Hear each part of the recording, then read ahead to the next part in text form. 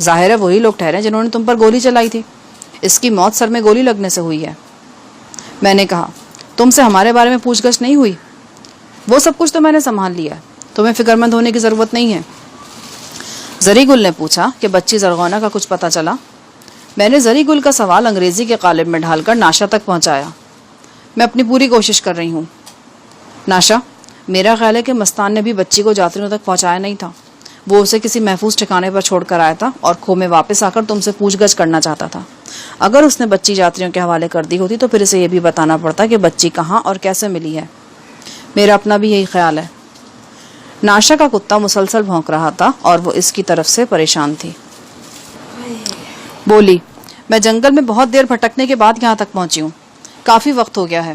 اب میں واپس جاؤں گی, اور یہ ٹھکانہ بھی تمہارے لیے مناسب نہیں ہے.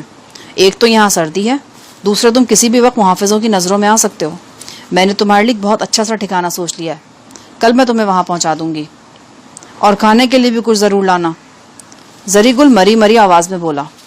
میں نے زری گل کی بات ناشا تک پہنچا دی. اس نے اس بات میں سر ہلایا اور ہمیں رات گزارنے کے بارے میں کچھ ضروری ہدایات دے کر نیچے اتر گئی. اگلے روز ناشا الگ صبح آدھم کی. آج کتا اس کے ساتھ نہیں تھا. وہ محتاط انداز میں اپنے ارد گرد دیکھتے ہوئے یہاں تک پہنچی تھی. جسمانی مشقت کے سبب اس کے رخسار سرخ ہو رہے تھے اور وہ ہانپی ہوئی تھی. وہ ہمارے لیے تھوڑا سا پھل اور ہنٹر بیف لائی تھی. یہ غذا ہمارے لیے قطعی ناکافی تھی, لیکن کچھ نہ ہونے سے کچھ ہونا بہتر تھا. آج کل وادی میں خوراک کی بہت کمی ہو گئی ہے. اگر یہی حال رہا نا تو 10-15 روز میں لوگوں کو جان کے لالے پڑ جائیں گے. میں نے وجہ پوچھی تو وہ بتانے لگی کہ 1.5-2 ماہ سے باہر سے کوئی سامان یعنی مال غنیمت نہیں آ سکا, اور اگر آیا بھی ہے تو بہت معمولی مقدار میں. وادی میں باغات اور فصل کی حالت بھی بہت خراب ہے. زری گل کو مچان میں بٹھا کر پھل اور ہنٹر بیف کھانا بہت اچھا لگ رہا تھا. استاد صاحب, کتنا اچھا ہوتا اگر اس لڑکی کی جگہ اس کا چھوٹا بہن ہوتا. وہ اپنے ہاتھ سے ہم کو دانہ دن کا کھلاتا اور اس گھونسلے میں بیٹھ کر اتنا خوش ہوتا کہ سارا زندگی یہاں گزار دیتا اور انڈے دیتا رہتا. میں نے اس کا فقرہ مکمل کیا. شرح میں کوئی شرم نہیں ہوتا جی, اور تمہارے لیے تو شرح سے باہر بھی کوئی شرم نہیں ہے. پتہ نہیں کتنی لڑکیوں کے ساتھ ایسے ہی انڈے, میرا مطلب اسکینڈل بنا چکے ہو. ناشا بیزاری سے بولی. میری موجودگی میں سجنبی زبان میں بات مت کیا کرو, مجھے بہت برا لگتا ہے. میں نے کہا, ہم مرد ہیں نا, ہماری اکثر باتیں بری ہوتی ہیں. چوٹ مت کرو مجھ پہ. اگر تم نے میری مدد کی تھی تو میں بھی تمہاری مدد کر رہی ہوں. میں احسان لینے کی عادی نہیں ہوں, اور خاص طور سے کسی بد دماغ آدمی کا احسان تو مجھے کسی طور بھی قبول نہیں. تم زری گل کو بد دماغ کہہ رہی ہو یا مجھے؟ تمہیں. اس بندر میں دماغ ہے کہاں جو اسے بد دماغ کہوں؟ اس نے سینہ تان کر بال جھٹکے اور تیزی سے نیچے اتر گئی. زری گل نے کھٹکے ہوئے لہجے میں کہا, اس نے ہمارے بارے میں کچھ کہا تھا؟ ہاں, کہہ رہی تھی یہ شخص تو مجھے بالکل راج کپور لگتا ہے. زری گل نے کچھ کہنے کے لیے زبان کھولی, لیکن اس سے پہلے ہی ناشا بول اٹھی. چلو جلدی کرو, آؤ میرے ساتھ, میں تمہیں تمہارے ٹھکانے پہ پہنچاؤں. میں اور زری گل نیچے اتر آئے. وہ ہمیں لے کر روانہ ہو گئی. خودکار رائفل زری نے اپنے کمبل کے نیچے چھپا رکھی تھی. 1 سیکنڈ کے نوٹس پر وہ اس رائفل کو آگ برسانے پر آمادہ کر سکتا تھا. میرا اندازہ تھا کہ ناشا کے کھلے لبادے کے نیچے بھی کوئی ریوالور یا ماؤزر قسم کی شے موجود ہے. میں اس سیرانی لڑکی پر ابھی تک مکمل طور پہ اعتماد نہیں کر سکتا تھا. مجھے معلوم تھا کہ ہمیں ہر وقت چوکس رہنے کی ضرورت ہے. ناشا ہمیں گنجان درختوں والے راستوں سے گزارتے ہوئے قریباً 2 میل آگے لے آئی. وہ اس علاقے سے اپنے ہاتھ کی ہتھیلی کی طرح واقف تھی.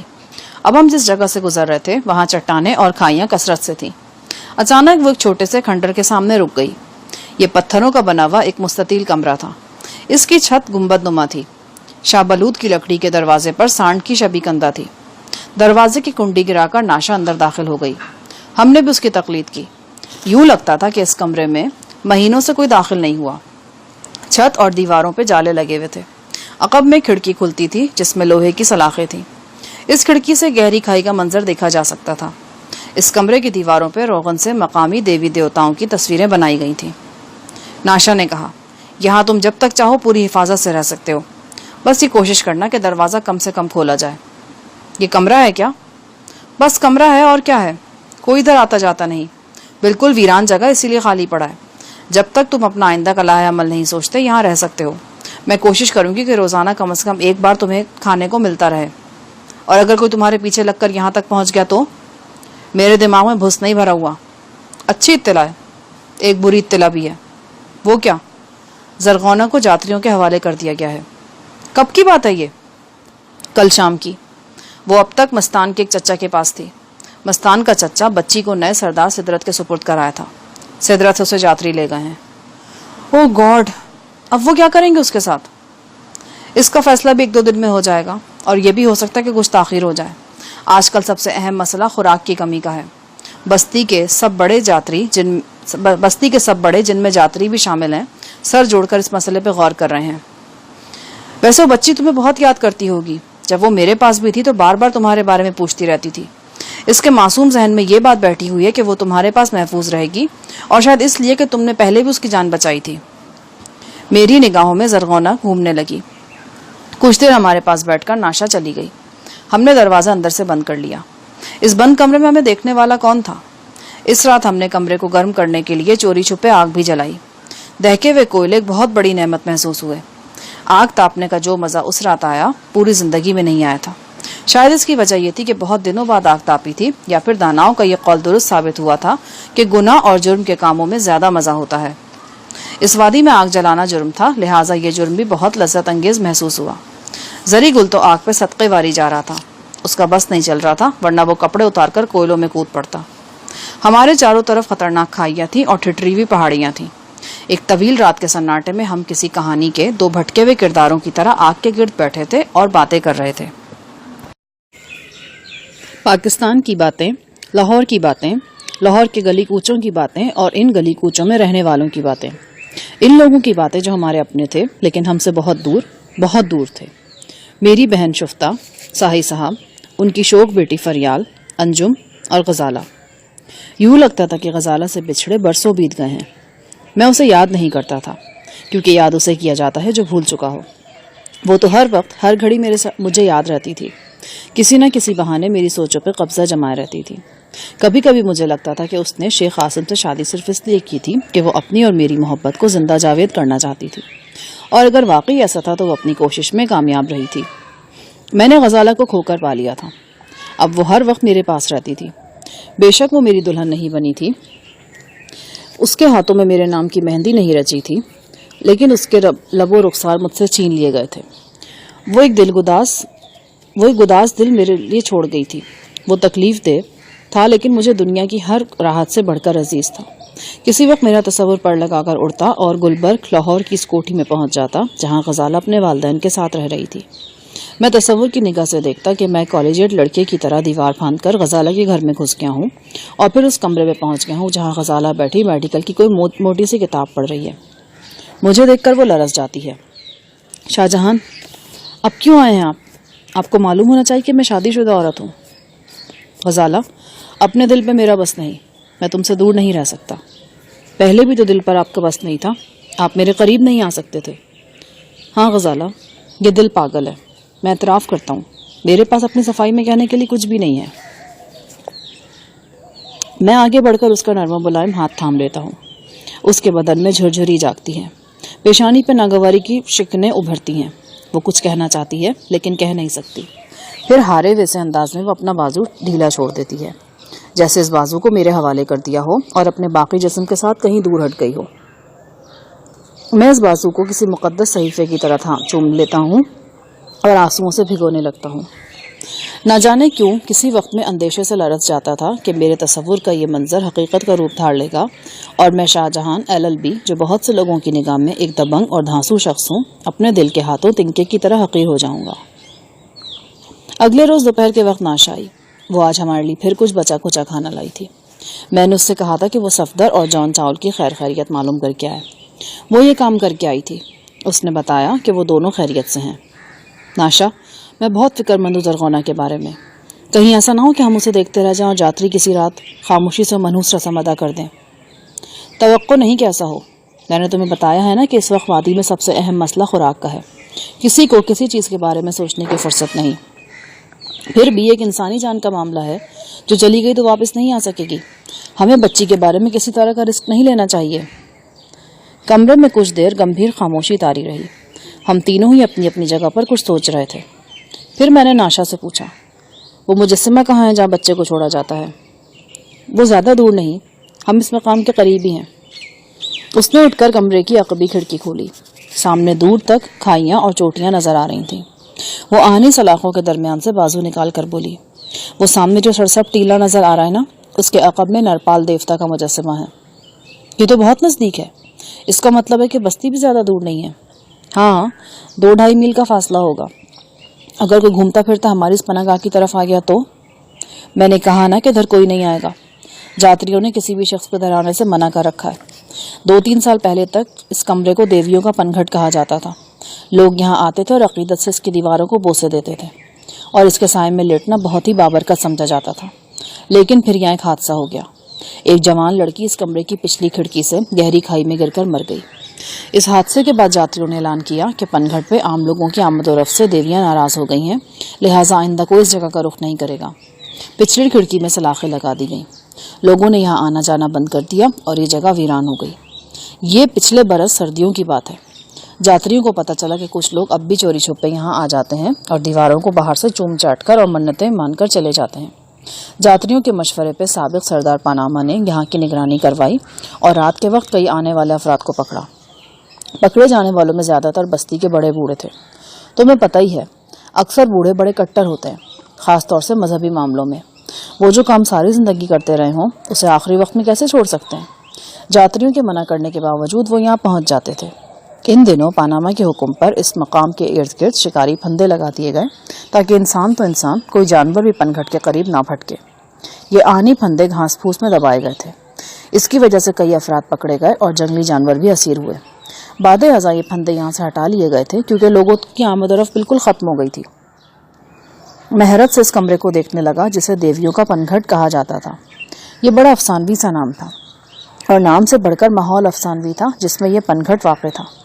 اب میری سمجھ میں یہ بات بھی آ رہی تھی کہ کمرے کی دیواروں پہ ایک نہاتی اور ایک بال نچوڑتی ہوئی دیوی کی تصویریں کیوں بنائی گئی ہیں۔ میرے لیے یہ بات بہت خوشائن تھی، اور وہ یہ کہ نرپال دیوتا کا وہ مجسمہ یہاں سے قریب ہی تھا جہاں بھیانک رسم کا شکار ہونے والے بچے کو چھوڑا جاتا تھا اور بچے کے جائز یا ناجائز ہونے کے بارے میں نرپال دیوتا سے فیصلہ مانگا جاتا تھا۔ میں نے بھی دل ہی دل میں ایک اہم فیصلہ کر لیا، اور وہ فیصلہ یہ تھا کہ میں اور زری گل نرپال کے مجسمے کے آس پاس ہی کوئی مناسب جگہ ڈھونڈیں گے اور وہاں سے ہر رات دوسرے پہر تک نرپال کے مجسمے کی نگرانی کریں گے۔ یہ فیصلہ بظاہر عجیب سا لگتا تھا، لیکن ننھی زرغونہ کو کسی دردناک انجام سے بچانے کے لیے اس کے سوا اور کوئی کوشش میری سمجھ میں نہیں آ رہی تھی۔ ناشا کے جانے کے بعد میں نے زری گل کو اس فیصلے سے آگاہ کر دیا۔ اسے بھی یہ تجویز پسند آئی۔ سورج غروب ہونے میں قریباً 2 گھنٹے باقی تھے۔ میں اور زری گل اپنی پناہ گاہ سے نکلے اور محتاط قدموں سے ڈھلان پر اترنے لگے۔ آس پاس کا علاقہ بالکل سنسان تھا۔ ہم نے آدھے گھنٹے میں ایک پہاڑی کا کلاوا کاٹا اور مجسمے تک پہنچ گئے۔ مجسمے کے قریب بھی کوئی متنفس دکھائی نہیں دے رہا تھا۔ یہ مجسمہ زمین سے قریباً 15 فٹ بلند تھا۔ اس کے نقوش مٹے مٹے تھے، ایک بازو بھی غائب تھا۔ انسانی شکل کے اس مجسمے کو دیکھ کر یہی محسوس ہوتا تھا جیسے یہ قدرتی طور پر وجود میں آیا ہے، لیکن حقیقت میں ایسا نہیں تھا۔ مجسمہ یقیناً انسانی ہاتھوں نے تراشا تھا۔ ہاں، یہ ضرور تھا کہ ماہو سال کی سختی نے اس کی شکل بگاڑ دی تھی۔ مجسمے کے سامنے 1.5-2 فٹ اونچا ایک وسیع چبوترا تھا اور کسی جاتری کے بیٹھنے کے لیے پتھر کی کرسی نما نشست بھی بنی ہوئی تھی۔ ہم مجسمے کے قریب نہیں گئے اور یہ ہمارے حق میں بہتر ہی ہوا۔ 5-10 منٹ بعد ہمیں ایک مقامی شخص نظر آیا۔ اس کی گود میں ایک بچہ بھی تھا۔ مقامی شخص نے مجسمے کے سامنے گھٹنے ٹیک کر بچے کو فرش پہ لٹایا، کچھ مناجات پڑھی اور پھر بچے کو اٹھا کر الٹے قدموں واپس چلا گیا۔ ہم نے مجسمے کے آس پاس کی جگہوں کا اچھی طرح جائزہ لیا اور ایک ایسی جگہ ڈھونڈنے میں کامیاب رہے جہاں گھات لگا کر مجسمے کی نگرانی کی جا سکتی تھی۔ یہ جگہ مجسمے سے اتنی قریب نہ تھی کہ ہم بآسانی کسی کی نظر میں آ سکتے، اور نہ اتنی دور تھی کہ ہم اندھیرے میں مجسمے کے آس پاس نقل و حرکت محسوس نہ کر سکتے۔ یہاں ہوا کی کاٹ سے بھی محفوظ رہا جا سکتا تھا اور خطرے کے وقت راہ فرار اختیار کرنا بھی زیادہ مشکل نہیں تھا۔ اس شب میں اور زری گل رات قریباً 11 بجے تک مجسمے کے قریب موجود رہے اور پھر اپنی پناہ گاہ پر واپس آ گئے۔ اگلی شب میں اکیلا گیا۔ بہتر نہیں تھا کہ ہم دونوں ہی بے آرام ہوں۔ میں نے سوچا تھا کہ یہ ڈیوٹی اپنے ذمہ لے لوں گا، لیکن زری گل رضامند نہ ہوا۔ وہ چاہتا تھا کہ مجسمے کی نگرانی وہ کرے، اور اگر ایسا نہیں تھا تو ہم دونوں باری باری یہ ڈیوٹی انجام دیں۔ باہمی رضامندی کے ساتھ ہم نے ایک دن مقرر کر لیا۔ یہ ایک نہایت صبر آزما اور حوصلہ شکن کام تھا۔ کمبل لپیٹ کر پتھروں کے درمیان اس امید پہ بیٹھے رہنا کہ کچھ لوگ بستی سے چل کر ویرانے میں آئیں گے اور ایک بچی کی آنکھوں پہ پٹی باندھ کر اسے یہاں چھوڑ جائیں گے۔ بظاہر عجیب سا لگتا تھا، لیکن ہمارے پاس اس کے سوا اور کوئی چارہ بھی نہیں تھا۔ ہم نے یہ سوچ رکھا تھا کہ اگر ہماری کوشش برابر ہوئی اور ہماری نگرانی کے دوران واقعی کوئی ایسی رات بھی آئی جب ننھی زرغونہ کو یہاں لایا گیا تو ہم اسے حفاظت کے ساتھ بستی کی حدود میں واپس پہنچا دیں گے تاکہ بےہودہ مقامی رسم کے مطابق وہ اپنے جان لیوا امتحان میں کامیاب قرار پائے اور جائز اولاد تسلیم کر لی جائے۔ مگر اس میں خدشات بھی تھے۔ عین ممکن تھا کہ توہم پرست جاتری اور ان کے جاہل پیروکار بچی کی جان لینے کے لیے کوئی اور وجہ ڈھونڈ لیں، یا پھر یہ راز ہی نہ راز رہ سکے کہ بچی از خود بستی میں واپس نہیں پہنچی بلکہ اسے پہنچایا گیا ہے۔ اس حوالے سے ناسمجھ بچی خود بھی ہمارے بارے میں کوئی بیان دے سکتی تھی۔ ان خدشات کے پیش نظر زری گل کا مشورہ تھا کہ اگر بچی ہمیں مل جائے تو ہم اسے اپنی تحویل میں لے لیں۔ جاتری اور ان کے پیروکار یہی سمجھیں گے کہ بچی کسی کھائی میں گر کر مر گئی یا کوئی جنگلی جانور اسے گھسیٹ کر لے گیا۔ ہم نے ان دونوں پہلوؤں پر اچھی طرح غور کیا تھا۔ آخر اس نتیجے پر پہنچے تھے کہ بچی کو اپنی تحویل میں رکھنے کا خیال بہتر نہیں۔ ہم بستی کے مفرور تھے اور جگہ جگہ بھٹک رہے تھے۔ خوراک کی صورتحال بھی زیادہ بہتر نہیں تھی۔ کچھ کہا نہیں جا سکتا تھا کہ آئندہ دنوں میں ہم کن مشکلات کا سامنا کر سکتے ہیں۔ ان حالات میں ہمارے ساتھ بچی کی زندگی بھی خطرے میں پڑ سکتی تھی۔ اس کے برعکس اگر ہم اسے بستی میں پہنچا دیتے تو عین ممکن تھا کہ مقامی عقائد کے مطابق نہ صرف اس کی زندگی محفوظ ہو جاتی بلکہ وہ کوئی قابل عزت مقام بھی پا جاتی۔ بہرحال یہ سب کچھ تو تب ہوتا جب بچی ہمیں ملتی۔ فی الوقت یہی لگ رہا تھا کہ ہم اس ویرانے میں بیٹھ کر بیکار اپنا وقت ضائع کر رہے ہیں۔ ناشا کبھی روزانہ اور کبھی ایک دن چھوڑ کر ہمارے پاس آ جاتی۔ اس کے دل میں اپنے باپ سمیت تمام جاتریوں کے خلاف زہر بھرا ہوا تھا، لیکن وہ کچھ کر نہیں سکتی تھی۔ اگر کر سکتی تھی تو صرف یہ کہ جاتریوں کے احکامات کا مذاق اڑا سکتی تھی، اپنے جسم کی نمائش کر سکتی تھی اور اپنے لہجے کی گرمی سے مردوں کے جذبات بھڑکا سکتی تھی اور ایک آزادانہ زندگی گزار کر اپنے باپ کے سینے پر مونگ ڈل سکتی تھی۔ اس کا کہنا تھا کہ وادی میں اور بھی بہت سے ایسے لوگ ہیں جو جاتریوں کی فرسودہ رسموں اور من مانیوں سے بیزار ہیں، لیکن اندر ہی اندر گڑتے رہتے ہیں۔ ان میں اتنی جرت نہیں کہ وہ جاتریوں کے احمقانہ احکامات کو کھلے عام رد کر سکیں، لیکن وہ اتنی جرت رکھتی ہے اور اس جرت کا مظاہرہ بھی کر رہی ہے۔ مجھے اس کی جرت سے انکار نہیں تھا، لیکن کبھی کبھی لگتا تھا کہ وہ اپنی مخالفت میں حد سے آگے نکل گئی ہے۔ دوسرے لفظوں میں وہ انتہا پسند ہو گئی ہے۔ یہ انتہا پسندی ہی تھی کہ وہ کبھی کبھی اچھے برے کی تمیز بالکل کھو دیتی تھی۔ ایک روز وہ حسب معمول دوپہر کے وقت ہمارے پاس آئی۔ برا بھلا کھانا وہ ساتھ لائی تھی۔ ہم پیٹ کی آگ کو کسی حد تک سرد کر چکے تو وہ بولی، تم دونوں میں سے آج کمرے میں کون رہے گا؟ آج زری گل کی ڈیوٹی ہے، میں کمرے میں ہوں گا۔ وہ بولی، شام کے فوراً بعد تم 1 گھنٹے کے لیے کہیں جا نہیں سکتے؟ کیوں؟ مجھے اس کمرے کی ضرورت ہے۔ بس اب یہ نہیں پوچھنا کیوں۔ ٹھیک ہے، نہیں پوچھتا۔ شام کے بعد میں ایک شخص کے ساتھ آؤں گی، کچھ دیر یہاں رہوں گی، پھر چلی جاؤں گی۔ میرے جانے کے بعد تم کمرے میں واپس آ سکتے ہو۔ میں نے اسے زیادہ کریدنے کی کوشش نہیں کی اور رضامندی ظاہر کر دی۔ شام سے تھوڑی دیر پہلے زری گل رائفل اور کمبل لے کر نشیب کی طرف روانہ ہو گیا، جہاں اسے نرپال کے مجسمے کے پاس رات 11 بجے تک بیٹھنا تھا، اور اس کے ساتھ میں بھی دیویوں کے پنگھٹ سے نکل آیا اور گھاٹیوں میں ادھر ادھر ٹہلنے لگا۔ سورج کی آخری کرنیں افق سے اوجھل ہو رہی تھیں جب میں نے ایک چٹان کی اوٹ سے ناشا کو دیکھا۔ وہ حسب معمول ڈھیلے ڈھالے اونی لبادے میں تھی۔ گریبان خطرناک حد تک کھلا تھا، شہد رنگ بال شانوں پہ لہرا رہے تھے۔ اس کے ساتھ ایک جوان مرد تھا۔ مرد کا صفرا چٹ سر اور چہرہ دیکھ کر ہی اندازہ ہو گیا کہ اس کا تعلق جاتروں سے ہے۔ اس کی عمر زیادہ نہیں تھی، وہ یقیناً کوئی نائب جاتری تھا۔ اس کے چہرے پہ پشیمانی اور خجالت دور سے ہی پڑھی جا سکتی تھی۔ یہ واضح طور پر ایک ایسے شخص کا چہرہ تھا جو اپنی اندرونی دغیانی پہ قابو نہیں رکھ سکا تھا اور نہ چاہتے ہوئے بھی گناہ کرنے جا رہا تھا۔ دروازے کے قریب پہنچ کر وہ کچھ متذبذب نظر آیا اور رک گیا تھا۔ اس نے کوئی بات بھی کی تھی، لیکن وہ دونوں پھر دروازے کی طرف بڑھ گئے اور میری نگاہوں سے اوجھل ہو گئے۔ جاتروں کے پوتر جاتری کی یہاں موجودگی حیرت انگیز اور معنی خیز تھی۔ میں وہیں پتھروں میں دبکا بیٹھا رہا اور اس افلاطونی لڑکی کے بارے میں سوچتا رہا۔ اس کا باپ وادی کا سب سے بڑا جاتری تھا، لوگوں کو دیوتاؤں کے سامنے سرنگوں ہونے کی تلقین کرتا تھا، لیکن اس کی اپنی تینوں بیٹیاں بیرا روی کی طرف مائل تھیں۔ خاص طور سے ناشا تو ہر حد پھلانگ چکی تھی۔ میرا خیال تھا کہ وہ کچھ دیر اپنے پھنسائے ہوئے مرغے کے ساتھ کمرے میں رہے گی، لیکن 4-5 منٹ بعد ہی دروازہ کھل گیا۔ صفا چٹ جاتری دروازے سے یوں برآمد ہوا جیسے توپ سے گولا نکلتا ہے۔ یقیناً اسے پیچھے سے ٹھیک ٹھاک ضرب لگی تھی۔ وہ پتھریلی زمین پر دور تک لڑک گیا۔ اس کے عقب میں ناشا چیختی ہوئی نمودار ہوئی۔ غالباً وہ مقامی زبان میں جاتری کی زبردست عزت افزائی کر رہی تھی۔ جاتری کے قریب پہنچ کر اس نے جاتری کی پیٹھ پہ زبردست ٹھوکر لگائی اور پھر بے رحمی سے اس کی ٹانگوں میں ہاتھ دے دیا۔ بے پناہ کرب کے سبب جاتری ذبح ہوتے ہوئے بکرے کی طرح چیخنے لگا۔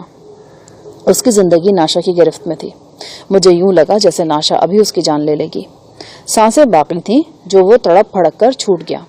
ناشا نے اسے ٹھوکروں اور گھونسوں پہ رکھ لیا. دیکھتے ہی دیکھتے جاتری کا بالائی لباس تار تار ہو گیا اور زیریں لباس بھی خطرے میں نظر آنے لگا. جاتری بدحواس ہو کر بھاگا تو ناشا اس کے پیچھے بھاگی اور نہ جانے اسے کتنی دور چھوڑ کر واپس آئی. اس کے گال تمتمائے ہوئے تھے. وہ بظاہر شدید غصے میں نظر آتی تھی، لیکن اس کی آنکھوں میں ایک آسودہ سی کیفیت بھی تھی، جیسے دبی دبی سی مسکراہٹ میں لپٹی ہوئی کوئی پہیلی ہو. یہ کیا کیا تم نے اس کے ساتھ؟ جو ہونا چاہیے تھا. وہ میرے ساتھ کمرے میں آ گئی. آگ نہیں جلاؤ گے؟ اس نے پوچھا. تمہیں کیا ضرورت ہے؟ تمہارے اندر تو ویسے غصے کا الاؤ بھڑک رہا ہے. یہ الاؤ میرے اپنے لیے نہیں ہے، ان جاتریوں کے لیے ہے اور ان کے پیروکاروں کے لیے ہے، اور ان سب لوگوں کے لیے ہے جو دیوتاؤں کے نام پر پاگل بن رہے ہیں اور دوسروں کو بنا رہے ہیں، جیسے یہ خنزیر کا بچہ تھا. مگر یہ تھا کون؟ یہ نیا نیا جاتری بنا ہے. اس کا نام داسو ہے. تم تو اسے بڑے احترام اور رکھ رکھاؤ کے ساتھ رخصت کر کے آئی ہو. وہ اسی لائق تھا. پھر وہ اپنی ٹوٹی پھوٹی انگلش میں بتانے لگی کہ وہ اس لائق کیوں تھا. جو کچھ ناشا کی باتوں سے پتا چلا اور جو کچھ میں نے اپنے طور پہ اخذ کیا، اس کا خلاصہ یہ ہے: ناشا نے اپنے حسن کی چکا چوند اور اداؤں کی بے باکی دکھا کر اس جاتری کا بیڑا غرق کیا تھا. ناشا کی جسمانی کشش نے جاتری کے ہوش و خرد پر بجلی گرائی اور اس کی ساری تعلیمات 2-4 روز میں ٹائیں ٹائیں فش ہو گئیں. ناشا نے بھی جاتری کی پارسائی سے کھیلنے کا فیصلہ کر لیا اور اسے کچے دھاگے سے باندھ کر یہاں لے آئی. یہ جگہ ایسی مصروفیات کے لیے بہت محفوظ تھی. اور پھر ایک دوسری وجہ بھی تھی. ناشا جاتری کا ایک امتحان لینا چاہتی تھی. جاتری کے نقطہ نظر سے یہ جگہ دیویوں کا پنگھٹ تھی اور مقدس تھی. اس مقام پہ نوجوان جاتری کے ساتھ وہ کھل کھیلنا چاہتی تھی. وہ اس خواہش میں یقیناً لاشعوری نفرت بھی کار فرما تھی جو ناشا کے رگو پے میں رچی بسی تھی. پنگھٹ میں آ کر جاتری کی ہمت جواب دے گئی اور شدید طور پر مغلوب الجذبات ہونے کے باوجود وہ اس جگہ کو بھرشٹ کرنے کی ہمت نہیں کر سکا. نتیجے میں ناشا نے اسے تھپڑ مارے اور پھر ذلیل و خوار کر کے بھگا دیا. اس کا تیش ابھی تک ٹھنڈا نہیں ہوا تھا. اپنے ہیجان پہ قابو پانے کے لیے اس نے اپنے ڈھیلے ڈھالے لبادے کے اندر سے ہلکی قسم کی شراب کی چھوٹی بوتل نکالی اور بڑی بے باکی سے گھونٹ گھونٹ کر کے پینے لگی. ساتھ ساتھ وہ بڑبڑا بھی رہی تھی: حرام کے جنے کہ سمجھتے ہیں کہ سارے جہان کی عقل انہی میں سے مٹائی ہے. جو یہ کہیں وہ درست، باقی سب غلط. پتھر کے بت کے گرد 2-4 پھیرے لگوا لو تو جس لڑکی کی عزت چاہے لوٹ لو. وہ چاہے روتی رہے، پیٹتی رہے، مرتی رہے، تم پر کوئی گناہ نہیں. دیوتا تم سے خوشی خوش ہیں. میں تو کہتی ہوں دیوتاؤں کی رضامندی دراصل ان جاتریوں کی رضامندی کا ہی نام ہے. میں نے آگ جلا دی. وہ پیتی رہی. دھیرے دھیرے اس کا چہرہ تمتمانے لگا. آنکھوں میں سرخ ڈورے تیرنے لگے. وہ نیم دراز ہو گئی اور اس نے بے تکلفی سے اپنی پشت میرے کندھے سے ٹیک دی. بوتل میں جو آخری گھونٹ بچ گیا تھا وہ اس نے مخمور انداز میں دیوار پہ اچھال دیا. بال نچوڑتی ہوئی دیوی کے بالوں سے قطرے سچ مچ گرنے لگے. کمرے کے باہر سنسان تاریکی تھی اور نانگا پربت کو چھو کر آنے والی سرد ہوا اور چیڑ کے درختوں میں سرگوشیاں کر رہی تھیں. اچانک ناشا نے مخمور لہجے میں کہا: کیا تم بھی داسو کی طرح سمجھتے ہو کہ جگہ پاک پوتر ہے؟ اس معنی خیز سوال نے مجھے جھنجھوڑ کر رکھ دیا. دل کی دھڑکن رکتی ہوئی سی محسوس ہوئی. تاہم میں اگلے ہی لمحے سنبھل گیا. پیسہ نہیں سمجھتا، اور وہ بھی نہیں سمجھتا جو تم سمجھ رہی ہو. کیا مطلب؟ اس نے انگڑائی سی لی اور مجھ پہ ڈھہ گئی. اس کے پاؤں دیوار پہ بنی دیوی کی تصویر کو چھو رہے تھے. مطلب تم اچھی طرح سمجھ رہی ہو. وہ ایک دم پینترا بدلتے ہوئے بولی: کسی غلط فہمی میں نہ رہنا. مجھے تم میں کوئی دلچسپی نہیں ہے، اور اگر مجھے کسی مرد میں دلچسپی ہو بھی تو میں یہ بات اپنے دل سے نہیں لگاتی. میں جانتی ہوں مرد کی ذات سے وفا کی امید رکھنا حماقت ہے. مرد سرتاپا جسم ہوتا ہے، عورت سرتاپا دل ہوتی ہے. مجھے تو لگتا ہے کہ تم بھی سرتاپا جسم ہو. وہ بولی: جسم تھی نہیں، جان بوجھ کر بنی ہوئی ہوں، لیکن یہ جسم ایسا نہیں کہ ہر کسی کی پہنچ اس تک ہو. مجھے لگتا ہے کہ تم جاتریوں کی مخالفت میں انتہا پسند ہو گئی ہو. کچھ ایسے کام بھی کر رہی ہو جن کے لیے تمہاری تعریف نہیں کی جا سکتی. مجھے انتہا پسند بنانے والے جاتری ہیں، کیونکہ وہ خود بھی انتہا پسند ہیں، اس نے کہا اور اپنے اونی گاؤن کی ڈوریاں باندھتے ہوئے کھڑی ہو گئی. ذرا دیر بعد وہ تند ہوا کے بگولے کی طرح کمرے سے نکل چکی تھی. میں کمرے میں تنہا بیٹھا تھا.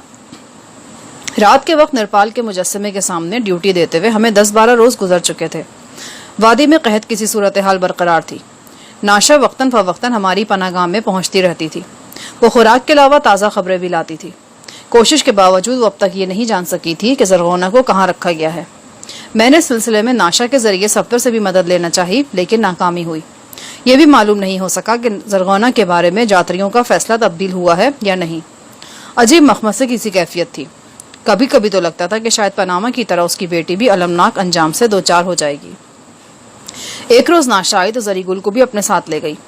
اس کا خیال تھا کہ بستی کے مضافات سے ہمارا واکی ٹاکی کام کرنے لگے گا اور ہم صفدر سے بات کرنے کے قابل ہو جائیں گے۔ بستی کی بیرونی حدود میں ناشا کی ایک بیوہ سہیلی کا گھر تھا۔ وہ زری گل کو وہیں لے کر گئی۔ زری گل رات کے اندھیرے میں گیا تھا اور اب اسے اگلے روز رات کے اندھیرے میں ہی واپس آنا تھا۔ شام کے بعد میں نرپال کے مجسمے کی طرف چلا گیا اور حسب معمول وہاں سخت سردی میں 2.5-3 گھنٹے گزار کر واپس آ گیا۔ یہ پورے چاند کی رات تھی۔ خوابناک چاندنی نے دل فریب نشیب و فراز کو روشن کر رکھا تھا۔ بہت دور بلندی پر نانگا پربت کی چوٹیاں برف کا سفید لباس پہنے خاموش کھڑی تھی۔ ڈھلانوں پہ چھوٹے بڑے گلیشیئر چمک رہے تھے۔ کہیں کہیں بلندی پہ برف کی انگلیاں سی پھیلی نظر آتی تھیں۔ میں اس منظر کی دلکش ہیبت میں کھوسا گیا تھا اور اپنی پناہگاہ کے ارد گرد درختوں میں ٹہل رہا تھا۔ ٹہلتے ٹہلتے کچھ دور چیڑ کے ان بلند درختوں کی طرف نکل گیا جن کی بالائی شاخوں پہ چاند کسی گول سنہری پتنگ کی طرح اٹکا ہوا تھا۔ اچانک میرے جسم کو انتہائی شدید جھٹکا لگا اور میں سنبھلنے کی کوشش میں لڑکھڑا کر پہلو کے بل خشک پتوں پہ گرا۔ چند لمحوں کے لیے تو میری سمجھ میں نہیں آئے کہ میرے ساتھ ہوا کیا ہے۔ پھر یوں لگا کہ ایک خنجر سا میری پنڈلی کے نچلے حصے میں اتر گیا ہے۔ میں تڑپ کر اٹھ بیٹھا اور پنڈلی کی طرف دیکھا۔ خدا کی پناہ، میرا پاؤں ایک آہنیش خطرناک شکنجے میں تھا۔ شکنجے کے طاقتور اسپرنگ کے ذریعے ایک نوکیلی سلاخ نے حرکت کی تھی اور پنڈلی سے آر پار ہو گئی تھی۔ اب وہ 10-12 کلو وزنی شکنجہ کسی خطرناک کیکڑے کی طرح میری پنڈلی سے چمٹا ہوا تھا۔ میرے کانوں میں ناشا کے وہ الفاظ گونج اٹھے جو اس نے 2 ہفتے پہلے کہے تھے۔ اس نے بتایا تھا کہ 1 برس پہلے اس مقدس مقام پر انسانوں اور جانوروں کی آمد و رفت کے لیے روکنے کے لیے یعنی پھندے لگائے گئے تھے۔ یقیناً اسی واقعے کی یادگار یہ ایک آدھ پھندا چیڑ کے ان ویران درختوں تلے چھپا ہوا تھا اور آج میرے لیے بھیانک مصیبت بن گیا تھا۔ ایک بار اپنی پنڈلی کو دیکھنے کے بعد دوبارہ میری ہمت نہیں ہوئی کہ ادھر دیکھ سکوں۔ میں جانتا تھا کہ پنڈلی میں 2 ہڈیاں ہوتی ہیں۔ میں نے محسوس کیا تھا کہ آہنی سلاخ ان دونوں ہڈیوں کے درمیان سے گزر گئی ہے۔ یہ ایسا روح فرسا احساس تھا کہ سخت سردی کے باوجود میری پیشانی پر پسینہ آ گیا۔ میں نے دانت پر دانت جمائے اور ٹانگ میں اٹھنے والی درد کی بے پناہ لہر کو برداشت کرتے ہوئے پاؤں کو اپنی طرف کھینچا۔ غیر متوقع طور پر آہنی شکنجہ میرے پاؤں کے ساتھ ہی گھسٹ آیا۔ وہ زمین سے پیوست نہیں تھا یا پھر کئی ماہ گزر جانے کے سبب وہ اکھڑ چکا تھا۔ میں نے اپنی رائفل پکڑی، پہلے اٹھ کر بیٹھا اور پھر درخت کا سہارا لے کر کھڑا ہو گیا۔ اس مختصر سے عمل کے دوران مجھے ایسے دردناک عذاب سے گزرنا پڑا جن کا اظہار لفظوں میں ناممکن ہے۔ دیویوں کا پنگھٹ یعنی میری پناہگاہ تقریباً 100 گز کے فاصلے پہ تھی۔ میری سب سے پہلی کوشش یہ ہونی چاہیے تھی کہ میں کسی طرح اپنی پناہگاہ تک پہنچ سکوں۔ اس کے بعد کیا ہوگا یہ میں نہیں جانتا تھا۔ مجھے ایسے شکاری شکنجوں کے بارے میں تھوڑی بہت معلومات حاصل تھیں۔ کسی اکیلے آدمی کے لیے اوزار کے بغیر اس شکنجے کو کھول لینا آسان نہیں تھا، اور یہاں تو آدمی بھی کوئی موجود نہیں تھا۔ زری گل ناشا کے ساتھ جا چکا تھا اور اسے کل شام سے پہلے واپس نہیں آنا تھا۔ مجھے لڑکپن میں دیکھی ہوئی انگلش فلم دی ٹریپ یاد آ گئی۔ فلم کا مرکزی کردار ایک برفانی رات میں ایک ایسے ہی شکنجے میں پھنس جاتا ہے۔ اس کے ہاتھ میں رائفل ہوتی ہے۔ فرق صرف یہ تھا کہ اس کردار کے گرد بھیڑیوں کا غول ہوتا ہے۔ میرے گرد بھیڑیے نہیں تھے، لیکن حالات بھی تو کبھی کبھی بھیڑیوں کا روپ دھار لیتے ہیں۔